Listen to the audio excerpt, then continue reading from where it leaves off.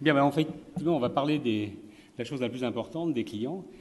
Et dans ce que j'ai entendu durant cette journée et demie, c'est qu'on veut, les clients vont vouloir plus de réactivité, plus de proximité. Le conseil va venir très proche de leur projet de vie. Et le mot clé dans tout ça, c'est effectivement la proximité client. Ah, J'ai le bip pour passer. bah, et ça doit être celui-là. Bah, merci. Normalement, ça devrait marcher. Ouais. Donc le mot-clé, c'est proximité, parce qu'effectivement, on est passé d'une société de consommation à une société de considération. Et la relation humaine va être un des éléments moteurs dans la possibilité des entreprises pour grandir. En fait, pour une entreprise qui veut grandir, il y a 3 chemins qui mènent à la réussite. Ça marche. D'avoir le meilleur produit, d'avoir le meilleur service ou de travailler la meilleure intimité client. Qu'est-ce que ça veut dire concrètement pour les experts comptables, ces 3 dynamiques, produit, service, intimité client? Pour les experts comptables, le chemin du meilleur produit est très difficile. Il est semé d'embûches. Vous êtes dans des activités de service, vous êtes dans l'immatériel. Vous ne pourrez pas, à l'instar de ce que faisait Steve Jobs, montrer votre dernier iPad, votre dernier iPhone pour montrer que c'était le plus beau. Vous êtes dans des services et votre prestation est immatérielle, elle est donc invisible. Ça va rendre vachement difficile votre communication. Vous ne pourrez pas faire de belles photos sur le dernier modèle de la 500, Mercedes 500 SEL, qui est très très belle avec des chromes partout. Vous ne pourrez pas faire de photos de jolies filles ou de jolis garçons, pensons aux dames, sur le lancement de votre nouveau produit ou de votre dernière nouveauté. Pour vous, le chemin du meilleur produit va être une impasse. Deuxième chemin possible, c'est le chemin du meilleur service. Et on considère aujourd'hui, en marketing, qu'il y a 5 grands services qui accompagnent le produit ou le service de base. Le premier, c'est le service commercial. Et ça, effectivement, dans votre profession, de temps en temps, pour certains, c'est un gros mot. Commercial auprès de vos clients, et ça, c'est un élément très, très important. Et puis, en second, commercial auprès des clients des autres, mais commercial auprès de ses clients, dans une première dimension. Deuxième service, la livraison. Et dans votre métier, ça a plus de sens que ce que vous voulez bien y croire. Vous livrez, vous distribuez, vous présentez, vous packagez des produits, et l'aspect livraison de vos prestations est un élément extrêmement important. Troisième, la technique. Et je pense que là, c'est le service que vous, expert comptable, vous valorisez le plus, je ne dirais pas un peu trop. Quatrième, l'administratif, il faut facturer, il y a des conditions générales, il y a des documents, il y a des prestations, il y a des contrats, il y a des lettres de mission. Et puis dernier élément, le SAV. Faire bien la deuxième fois quand on a merdé la première fois. Transformer le pépin en pépite. Ça, c'est le SAV. Comment ça, je note ça. N'est-ce pas? Transformer le pépin en pépite. Comment, ça, après une ça réclamation, peut m'être utile. Comment, après une réclamation, on arrive à transformer un incident pour en faire un événement qui redevient positif. Et nos études montrent que les clients insatisfaits pour lesquels le problème a été résolu deviennent des clients plus fidèles que ceux qui n'ont jamais eu de problème. Donc, petite boutade, créons des problèmes, oui, mais sachons les résoudre, et ça va créer des clients fidèles. Et ce chemin du meilleur service, il est pour vous beaucoup plus accessible, beaucoup plus facile. Mais le meilleur chemin pour vous, dans votre activité, ça va être celui de la meilleure intimité client. Vous êtes dans une relation B2B en one-to-one. Alors, je vais reprendre un petit peu ce qu'ont disait les Québécois tout à l'heure, ça voudrait dire une relation d'entreprise en tête-à-tête. B2B one-to-one. Vos clients, vous avez aujourd'hui une proximité et une confiance inégalée dans aucune autre profession. Ils vous connaissent bien, vous les connaissez, et le plus souvent, ils ne connaissent pas beaucoup un autre expert comptable. Dans la dernière étude qu'on avait faite en janvier 2012, auprès de 600 clients des cabinets d'experts comptables, au moment de l'ouverture du démarchage, sujet sensible dans la profession, on les avait interrogés sur ce sujet et 21% des clients des cabinets comptables se disaient ouverts au démarchage. Alors, quand on avait publié le papier, j'ai bien aimé parce qu'Actuel Expert Comptable a repris le même billet. 80% des clients des experts comptables refusent le démarchage. Bouteille moitié pleine, bouteille moitié vide. Et entre nous, ça fait 30 ans que je suis dans le marketing, il n'y a pas beaucoup de marchés dans lesquels 80% des clients ne veulent pas entendre parler de la concurrence. Je travaille avec plein d'entreprises et il n'y a aucun chiffre de ce niveau-là. C'est donc en travaillant ce pouvoir que vous avez, l'intimité client, que vous allez pouvoir développer votre activité, le traditionnel, le business et toutes les missions de conseil qui sont autour. Je parle d'intimité client, pas uniquement de la relation. La relation, vous en faites toutes et toutes, plus ou moins bien. Je parle effectivement de l'intimité et posez-vous la question, combien d'entre vous font vraiment de l'intimité client, de l'écoute, de la relation, du contact? Et c'est en faisant de l'intimité client que vous allez les écouter, comprendre, découvrir leurs besoins, formulées et non formulées, et que vous allez pouvoir proposer des prestations qui répondent à de nouvelles attentes. Car la bonne nouvelle, c'est que vos clients sont vraiment en attente de nouvelles prestations. Ça fait 2 ans qu'on travaille étroitement avec la profession comptable. On a près de 9000 clients d'experts comptables interrogés, 70 cabinets avec lesquels on travaille. Et en moyenne, les clients sont intéressés par 1,9 prestations. Presque 2 prestations en moyenne. Alors vous avez une partie, ils veulent entendre de rien. 15% des clients ne veulent pas de prestations. Une prestation, 8% des clients. 2 prestations, 10% des clients. 3, 11%. Et 56% des clients. Je ne vous dis pas que 56% des clients vont se précipiter demain pour vous acheter 4 prestations. Je vous dis simplement que 85% de vos clients ont envie d'acheter quelque chose si vous savez les écouter, si vous savez leur proposer. Les 5 prestations les plus attendues par les clients, première, le point sur l'avenir personnel. Je suis chef d'entreprise, vous êtes conseil, et de temps en temps, effectivement, j'attends plein de choses de vous sur où est-ce que je vais, comment vous pouvez m'aider. Deuxième, imposition des fiscalisations, sujet éminemment sensible en ce moment. Ensuite, suivi d'activité tableau de bord, 57%, et là, vous avez des outils et des réponses.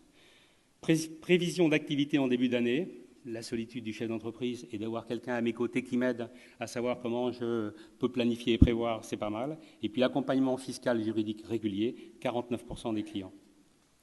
Je vous ai montré le top 5. Pour ceux que ça intéresse, j'ai le top 15 et je peux vous proposer la liste des 15 missions. Vous m'envoyez un petit mail et je vous renverrai ça en retour pour vous donner la liste des 15 prestations dans l'ordre attendues par vos clients.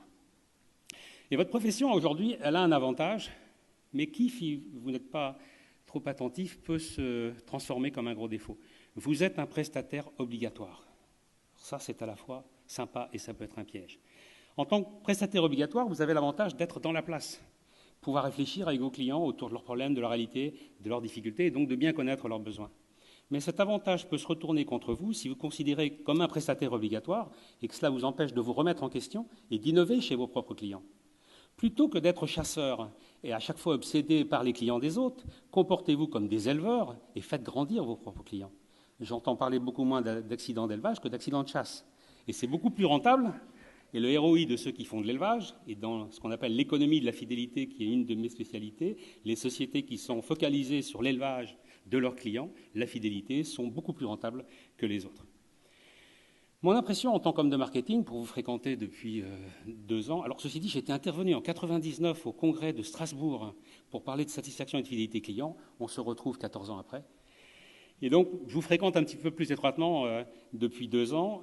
Et je pense effectivement, en voyant que vous êtes comme des tailleurs de pierre, consciencieux, besogneux, artisans, des vrais tailleurs de pierre qui travaillent sur une mine d'or. Les tailleurs de pierre, c'est vos clients actuels.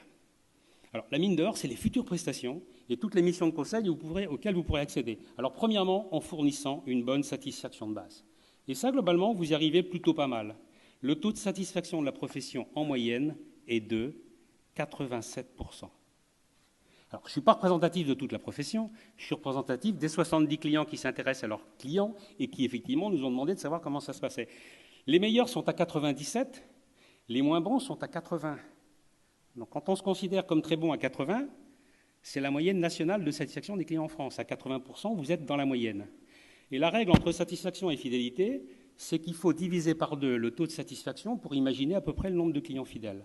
On est aujourd'hui dans les études fidélité, attachement au cabinet d'avocats, 44% de clients fidèles, donc la moitié. Alors, le coefficient est plus fort quand on est à 95% de satisfaction et il est beaucoup plus faible quand on est à des 70-80% de satisfaction. Alors la fidélité, c'est vrai que Jacques Attali en a parlé, la liberté crée de l'infidélité, crée de la déloyauté. Et la fidélité commerciale, contrairement à la fidélité conjugale, elle n'est pas exclusive. On n'a pas promis qu'on n'irait jamais voir ailleurs. Et en gros, vous avez 10% des clients, à peu près tous les métiers, qui sont monogames. Ils se contentent d'une relation et ça leur convient bien. 20% des clients sont bigames. Plus de temps en temps autre chose, ce qui est un petit parcours érable, parfois dangereux, mais qui sur le plan du commercial ne présente aucun risque. 20% sont polygames, plusieurs, c'est sympa. Et puis 50% sont célibataires.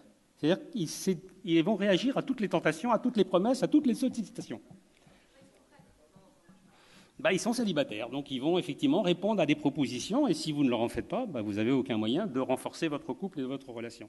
Et donc la mine d'or, ça va être les futures prestations et les missions de conseil auxquelles vous pourrez accéder en leur donnant des prestations de base de qualité, et globalement, vous arriviez plutôt pas mal, en cultivant la relation client et en accédant à l'étage du dessus, le Graal qui va être l'intimité client. Je vous le disais au début, on est passé d'une société de consommation à une société de considération. Et donc c'est en travaillant beaucoup la considération client et en prenant le chemin de l'intimité que vous allez pouvoir proposer des solutions classiques, innovantes, et là des innovantes, on en a entendu durant ces 2 jours énormément, qui vont réellement répondre aux besoins de vos clients. Je vous souhaite donc à tous et à toutes une très belle promenade sur ce chemin de l'intimité client. C'est la voie royale pour pouvoir vendre des prestations et développer vos cabinets. Christian Barbaret, blogueur et blagueur.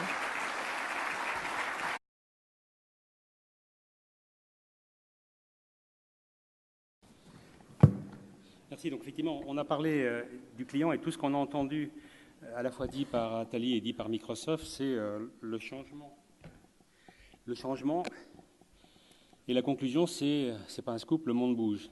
Le monde bouge et vos clients bougent. Alors vos clients, ils ne bougent pas par plaisir, ils sont comme vous, ça les emmerde de bouger. Ils le bougent par contrainte, sous la pression de leur marché, de leurs propres clients, des acheteurs, ou pire, des services achats, de leurs concurrents, de la délocalisation, des nouveaux entrants, des nouvelles technologies, du web, du mobile, du cloud, de la géolocalisation et de toutes les techniques qui font qu'aujourd'hui, les technologies changent et poussent vos clients au changement. Vos concurrents bougent. Et ce matin, le premier mail que j'ai reçu quand j'ai ouvert mon téléphone, c'est un petit papier d'Actuel Expert Comptable. La concurrence va être sauvage. Message, effectivement, préparez bien l'intervention. Et vos concurrents bougent, à la fois les concurrents directs, tous vos confrères, concurrents néanmoins amis, experts comptables, et puis tous les concurrents indirects, toutes les sociétés qui vendent du conseil. Et j'ai une mauvaise nouvelle pour vous. Lundi, il y a une banque qui a fait passer un premier billet de blog confirmant qu'elle allait vendre des prestations de conseil aux TPE, aux PME, à pas mal de sociétés pour du juridique, du social, du fiscal, et qu'elle allait effectivement développer ces missions de conseil. Ils sont allés dans l'assurance, et maintenant ils vont effectivement dans la partie des prestations de conseil. Le monde bouge, vos clients bougent, vos concurrents bougent, et vous ne voudriez pas bouger. L'immobilisme est à aujourd'hui un confort et un luxe que vous ne pouvez pas vous permettre. Vous devez impérativement bouger, adapter vos offres à une décision. La petite affaire. Excusez-moi, Donc le changement, c'est une décision, c'est une volonté, ça ne se prendra pas sans vous. Et le changement de votre offre, de vos missions, de vos prestations, c'est une décision stratégique, c'est-à-dire qu'il n'y a que vous qui pouvez la prendre. Et c'est une décision dans laquelle vous devrez impliquer vos collaborateurs. Rien ne se décidera sans vous, mais rien n'avancera sans eux. Et c'est une décision qui doit être orientée marché, c'est-à-dire que vous devez répondre aux vrais besoins de vos clients. C'est donc une décision sur laquelle vous devrez vous mettre à l'écoute des besoins du marché et des clients. 3 grandes règles dans l'écoute des clients. Écoutez vos clients vous rend plus intelligent. Alors, je vais donner d'autres mots parce que ça, ce n'est pas un mot agréable. Plus perspicace, plus avisé, plus clairvoyant, plus conscient, plus éveillé, plus fin, plus judicieux, plus lucide, plus sensé, plus subtil. Tout ça va effectivement découle de l'intelligence. Écoutez vos clients va vous donner un aperçu de leurs problèmes et de leurs difficultés. Mais écouter vos clients ne donne pas la solution. Et heureusement, parce que sinon, il n'y aurait pas besoin de vous. Mais je le répète, écouter vos clients va leur faire prendre conscience de leurs problèmes et va vous permettre de proposer votre solution. Et j'aimerais vous parler d'une entreprise qui a pris une vraie décision stratégique, qui a réellement impliqué ses collaborateurs et qui est réellement partie des besoins du marché. Cette entreprise, c'est Michelin. Michelin, on la connaît tous, une très belle entreprise créée en 1889, 124 ans. La vieille dame de Clermont-Ferrand, numéro 1 mondial des pneus, présent dans 20 pays, distribué par 3200 points de vente. Et il y a eu une décision politique chez Michelin qui était d'écouter les clients professionnels, les utilisateurs de pneus. Et les conclusions du groupe d'écoute Michelin, c'est les clients ne veulent pas des pneus, il veut un résultat pour rouler. Le client ne veut pas s'occuper de ses pneus, il veut juste être plus performant. Et cette réflexion a mené Michelin à une nouvelle offre. Alors Sylvain parlait du SaaS et du PaaS. Il y a une nouvelle définition du PaaS qui est le pneu as a service. Michelin a transformé son offre industrielle de fabricant de pneus en solution de service. Je m'occupe du tout. Et ils sont passés d'industriel à prestataire de service en vendant une solution entretien, rechapage et recyclage avec une promesse très simple. Vos pneus ne coûtent que si vos camions roulent. Et ça montre bien donc au départ l'écoute du marché des besoins non formulés, parce que personne ne voulait se passer des pneus, tout le monde voulait acheter et intégrer les pneus différemment dans le compte d'exploitation, ce que ça a pu faire effectivement. Et dans une entreprise, un tanker tel que Michelin, vous imaginez les compétences, la mobilisation des collaborateurs, les outils de facturation, l'éducation client qu'il a fallu mettre. Et donc chez vous, sans aller jusqu'à ce bouleversement de Michelin, Posez-vous la question de vos clients experts comptables, des besoins et des attentes exprimés et non formulés par vos clients. Ils ont des problèmes, vous avez les solutions. Et c'est l'écoute de leurs problèmes, ajoutée à vos compétences, à votre capacité d'innovation et à toutes les offres que nous avons entendues durant ces 48 heures, qui vont vous permettre d'imaginer de nouveaux services, de nouvelles activités, qui vont à la fois faciliter votre vie et qui vont préparer votre avenir. Tout ça passe par effectivement l'utilisation d'outils d'écoute. Alors les outils d'écoute, Actuel Expert Comptable, dans son numéro du 21 juin, présentait 3 outils pour écouter ses clients. Premier, sondage exhaustif, une enquête menée auprès de la totalité des clients. Donc nous avons construit un outil, mais il y a d'autres offres qui existent pour faire de l'écoute client, sur lequel effectivement on a aujourd'hui 70 cabinets. Le taux de réponse des clients à ces enquêtes-là est de 42%. Et il est même de 53%. Je vous invite à lire mon blog, le dernier billet qui est encore dans mon blog, blog.init, où ça parle 3 fois par semaine de satisfaction et de fidélité client et de temps en temps de satisfaction client des experts comptables. Il y a 22 papiers qui parlent de la satisfaction des clients d'experts comptables. Et donc, ce cabinet témoigne qu'avec une opération de don pour chaque questionnaire reçu à une association, il a réussi à faire monter son taux de réponse à 53%. 88% des clients acceptent de lever l'anonymat de leurs réponses. Ça veut donc dire que vous pouvez non seulement interroger, mais que vous pouvez lire les réponses. C'est-à-dire qu'avec un sondage auprès de vos clients, vous avez en gros la possibilité de reprendre contact avec presque 40% de vos clients. La possibilité de leur dire merci pour les points forts, et puis qu'est-ce que je peux vous vendre d'autre. La possibilité de leur dire attention sur les points faibles. J'ai merdé une fois, comment je peux éviter et faire mieux la deuxième fois.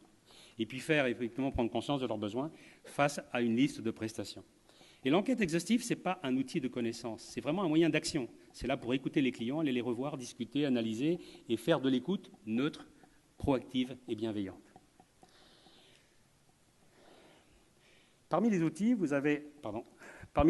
deuxième outil, c'est l'enquête miroir. L'enquête miroir, c'est simple, c'est je donne l'enquête satisfaction client à mes collaborateurs, je leur demande de répondre à la place des clients qu'est-ce qui est bon, qu'est-ce qui est moins bon, et vous avez 4 zones. Les zones dans lesquelles on se croit bon, bonne nouvelle, on l'est. Les zones dans lesquelles on se croit bon, mauvaise nouvelle, vous ne l'êtes pas. Les zones dans lesquelles vous croyez mauvais, bonne nouvelle, vous ne l'êtes pas. Et puis la meilleure des zones, c'est la zone dans laquelle on se croit nul, et bonne ou mauvaise nouvelle, on est nul. Et ça, effectivement, ça permet de mobiliser les collaborateurs sur les points faibles que nous donnent les clients. Bonne nouvelle, on avait la même vision. L'enquête miroir est donc un bon outil de changement des mentalités et du changement dans le cabinet. Il y a deux billets dans mon blog, un du 17 août 2012, la satisfaction des clients vue par les équipes, et puis un du 31 juillet 2012, les cabinets d'experts comptables sont moins uniques que ce que leurs équipes ne le croient. Vous avez à peu près tous les mêmes problèmes. Troisième outil, l'étude qualitative. Entretien en face à face ou par téléphone auprès de quelques clients pour lesquels vous voulez valider une idée, proposer un besoin, approfondir un sujet. Donc c'est une étude que vous pouvez confier à un prestataire extérieur éventuellement. Il aura un certain recul et il sera moins sensible, moins partisan que vous pour parler de sujets sensibles. Vous pouvez le réaliser vous-même en vous forçant, en allant voir 10, 20 et quelques clients pour leur parler d'un sujet, le cloud, la nouvelle technologie, les tableaux de bord dynamiques, tout ce qui effectivement, avec un sujet technique, c'est facile de faire de l'écoute client. Et puis vous pouvez le proposer à vos collaborateurs. Alors ça semble farfelu dans des métiers comme les vôtres, mais si on leur demande de faire de l'écoute, ça devient effectivement beaucoup plus simple et vos collaborateurs pourront faire des rapports d'étonnement. Tiens, j'ai découvert, tiens, ça ne se passait pas comme je croyais. L'écoute client, c'est du pouvoir. C'est effectivement, cela vous donne un réel pouvoir. Votre volonté de changement, votre volonté stratégique ne sera qu'une lubie aux yeux de vos collaborateurs. Ils attendront la prochaine idée avant effectivement de se mettre au travail. Si la volonté de changement s'appuie sur une écoute client, ça va vous donner une légitimité inattaquable. Et l'écoute des clients va vous permettre effectivement de vous donner le pouvoir de transformer votre cabinet et d'innover. Et ça va vous permettre de vendre ou de trouver les bons arguments pour vendre des nouvelles solutions telles que toutes celles que nous avons entendues. Sans écoute et sans innovation, vous êtes condamné à être immobile et à disparaître. Alors si Michelin, cet énorme tanker au niveau mondial industriel, est arrivé à gérer cette écoute, cette innovation et transformer ses produits en services, vous, voilier de réglate, souple et mobile, vous devriez pouvoir maintenir vos cabinets en tête de course. Et donc je vous rappelle les grandes règles. Écouter les clients vous rend plus intelligent et tous les mots qui vont derrière. Écouter vos clients vous donne un aperçu de leurs problèmes. Écouter vos clients vous permet de leur proposer les bonnes solutions. Écouter vos clients vous donne une légitimité en interne et vous permet d'impliquer vos collaborateurs dans le choix du changement qui est impératif. Et comme le disait le sage, celui qui sait écouter, deviendra celui que l'on écoute. Merci de votre attention. Merci Christian, merci beaucoup.